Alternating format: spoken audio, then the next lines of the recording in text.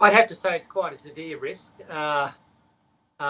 We had thought, if you go back 4 weeks ago, that Australia had coronavirus pretty much under control, but obviously there is a severe problem down in Victoria. That number, 191 new cases, is, I think, a record, surpassing what we saw earlier this year.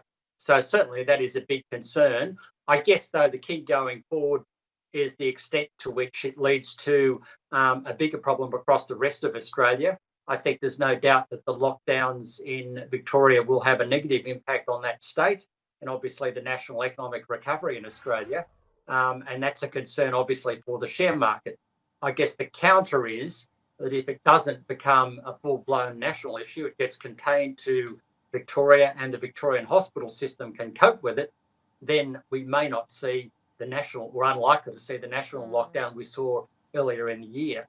And at the same time, obviously, to the extent that the Victorian recovery is delayed, that puts pressure on the federal government for more policy stimulus. So just like we're seeing in the US, we could find the local market in a bit of a holding pattern, where on the one hand, coronavirus is a concern and a dampener, but by the same token, the prospects of continued pretty easy monetary policy, providing support for the market, providing the hospital system can cope and we don't see a huge surge in deaths.